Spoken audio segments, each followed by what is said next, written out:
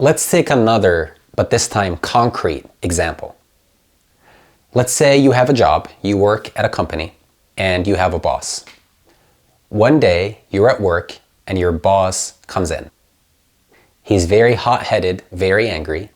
He looks at you and he starts berating you and belittling you in front of everyone. He calls you stupid, he tells you that your work is horrible, and then he yells at you and storms out of the room. Now this is by all means a horrible experience. You feel disrespected, you feel terrified, and you feel disempowered. You feel very small. Now, the conventional way of understanding what happened here is that your negative experience came from the outside. Your boss came into the room, he said the horrible things that he said to you, and as a result of that, you have a horribly negative experience on the inside. But that's not actually what happens. What happens, mechanically speaking, is the following.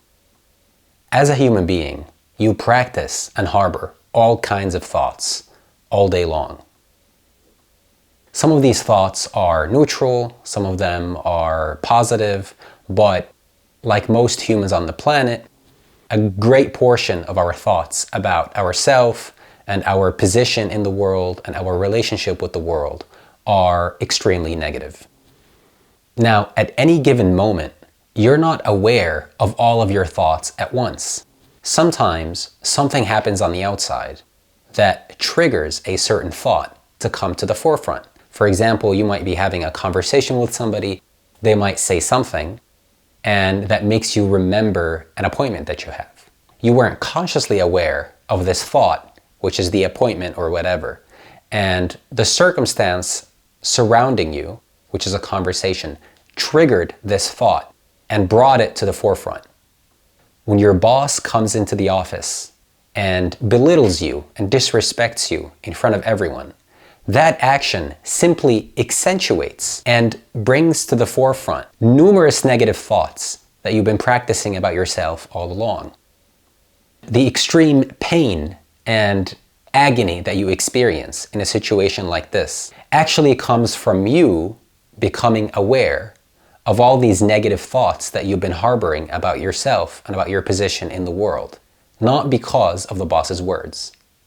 To see that that's actually what happens in a situation like this, consider the following. Let's say we swapped you with another person. Unlike you, this other person has unwavering, shattering self-confidence. And such a person is not really a hypothetical case. Every once in a while, you run into somebody like that. If the horrible experience and the real experience that you had was actually caused by the external circumstance, which in this case are the boss's words, then we would expect this person to have an identical experience. But of course, we know that that's not the case. Your experience and this person's experience in this situation are not only different, but they can be radically different.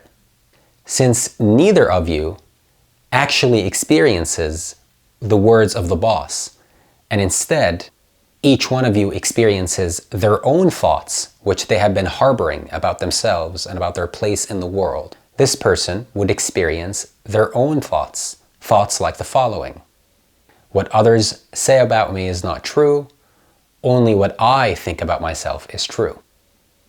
And because this person experiences this thought, not the boss's words, the untruth of the boss's words is very obvious to him.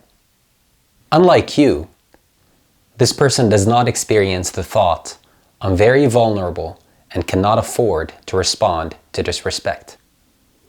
And because of that, they promptly respond to their boss. They probably put their boss in place. Your experience of that thought prevents you from acting in that way. It's not the boss's words. It's thoughts like this that characterize your experience. And it's the lack of thoughts like this that characterize this other person's experience.